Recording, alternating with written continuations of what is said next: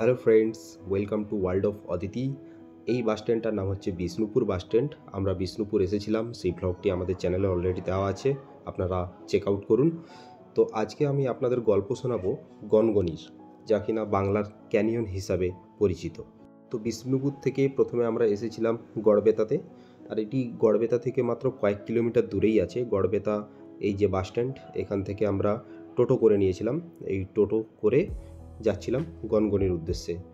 তো গনগনি কিন্তু পশ্চিমবঙ্গের গ্র্যান্ড ক্যানিয়ন বলা হয়, আপনারা সবাই জানেন।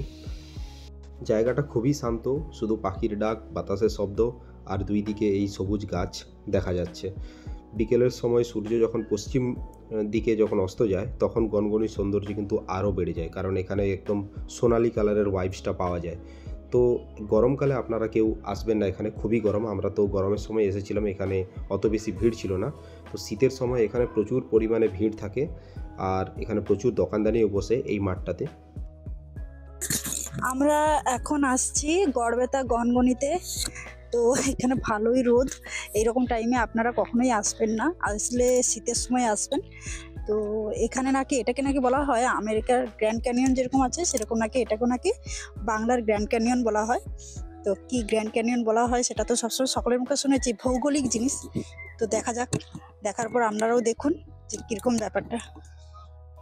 তো এখানে অনেকেই পিকনিক করতে আসেন, গ্রামীণ খাবারও পেতে পারেন আশেপাশে, খেজুর গুড়, মোয়া, তো সেগুলো সিজনেই পাওয়া যায়। এই যে দেখছেন, এটি হচ্ছে শিলাবতী নদী, পুরো গনগনির চারপাশ ঘিরে রয়েছে। গরমকালে নদীর জল অনেকটাই কমে যায়, কিন্তু বর্ষায় জায়গাটা দেখতে আরও মনোমুগ্ধকর হয়ে ওঠে। আপনারা কিন্তু দেখতেই পাচ্ছেন, লাল মাটির খাঁজে খাঁজে তৈরি হয়েছে অপূর্ব দৃশ্যপট। তো চারিদিকটা দেখুন, যেন সত্যিকারের যেন কোনো ছোট্ট গ্র্যান্ড ক্যানিয়ন বলে মনে হচ্ছে। আর বাতাসটা দিচ্ছিল, খুব সুন্দর আবহাওয়া। সিজনের সময় আসলে আপনারা ভুলতে পারবেন না। তো এটি হচ্ছে যে নামার রাস্তা, আপনারা নেমে এখান থেকে একদম ওই খাঁজগুলোর কাছাকাছি একদম যেতে পারবেন। আমি তো ছুঁয়েও দেখেছি। তো আমার ভূগোল জিনিসটা খুবই ভালো লাগে, আমি ভূগোলের সঙ্গে খুব জিনিসপত্র রিলেট করি। শীতকালে এইসব জায়গাগুলো হচ্ছে যে রিসোর্ট আছে, প্লাস এগুলো পিকনিক স্পট। শীতকালে মানে এইরকম রোদে কখনোই আসা সম্ভব নয়, বাট আমরা এলাম মার্চ মাস তবুও।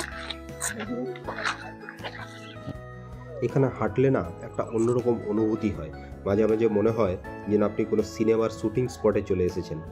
নদীর স্রোতের সঙ্গে বয়ে আসা পলি বালি এবং সঙ্গে বাতাসের খনন কার্য, নদীর স্রোতের দ্বারা খনন কার্য, এই সমস্ত কিছুর কারণেই এই ধরনের ভূমিরূপ কিন্তু সৃষ্টি হয়েছে। যেহেতু এখানে ল্যাটেরাইট মৃত্তিকা রয়েছে, সঙ্গে হলুদ হলুদ মাটি আর প্লাস বালির যে রং, সেই সমস্ত কিছুর কারণে একটা না মিক্সড কালার দেখা যায়। তো এরকম নয় যে এটা একদম মাটির মতো কালার, এর সঙ্গে একটা লালচে ভাবও রয়েছে, প্লাস একটা হলদেটে ভাবও রয়েছে। তো জিনিসটা সব মিলিয়ে দেখতে কিন্তু দারুণ লাগে। তো আমি এখানে ছুঁয়ে দেখছিলাম, খুব ভালো লাগছিল। এই সমস্ত ভৌগোলিক দৃশ্য দেখতে তো প্রত্যেকেরই ভালো লাগে। তো সব মিলিয়ে গনগনি কিন্তু একদিনের জন্য অসাধারণ একটা ঘুরতে আসার জায়গা। আপনাদের যদি প্রকৃতি ভালো লেগে থাকে, ভূগোলে সেই সমস্ত জিনিসপত্র যেগুলো পড়েছেন সেগুলো যদি চোখের সামনে দেখতে ইচ্ছে করে, তো গনগনি একবার আপনাদের অবশ্যই আসা উচিত। তবে সিজনে আসবেন, এই গরমের সময় আসলে কিন্তু ঘুরতে একদম ভালো লাগবে না, খুব রোদ হবে, খুব গরম লাগবে। তো আরেকটা ইনফরমেশান যেটা আপনাদেরকে দেব, সেটা হচ্ছে যে গড়বেতা যে বাস স্ট্যান্ড আছে, এখান থেকে গনগনি যাওয়ার জন্য যে টোটো পাওয়া যায়, তাদেরকে বলবেন একদম গনগনিতে যে ক্যানিয়ন আছে ওই ক্যানিয়ন অবধি পৌঁছে দিতে। কারণ যদি আপনি রোডের সাইডে নামেন তাহলে কিন্তু আসতে আরও অনেকটা টাইম লেগে যাবে। তো এই ছিল আজকের গল্প। তো কেমন লাগলো আপনারা অবশ্যই আমাকে জানাবেন। যদি আপনাদের ভালো লেগে থাকে ভিডিওটা, তাহলে চ্যানেলটা শেয়ার করবেন, চ্যানেলটা সাবস্ক্রাইব করতে ভুলবেন না। আর এগুলো হচ্ছে নাকি কাজু বাদামের ফুল। তো রাস্তা দিয়ে যখন গনগনি থেকে ফিরছিলাম, এগুলোই দেখতে দেখতে ফিরছিলাম। আমাদের তো দারুণ লাগছিল, আর ভীষণ রোদ ছিল, তাই একটা মানে অস্বস্তিও ছিল। তাই আপনাদেরকে বলা যে বারবার আপনারা কিন্তু সিজনে আসবেন। বাস এখান থেকে হেঁটে এলাম, হেঁটে আসার পর টোটো করে আবার গড়বেতা স্টেশন, আর গড়বেতা স্টেশন থেকে আমরা বাড়ি ফিরেছিলাম।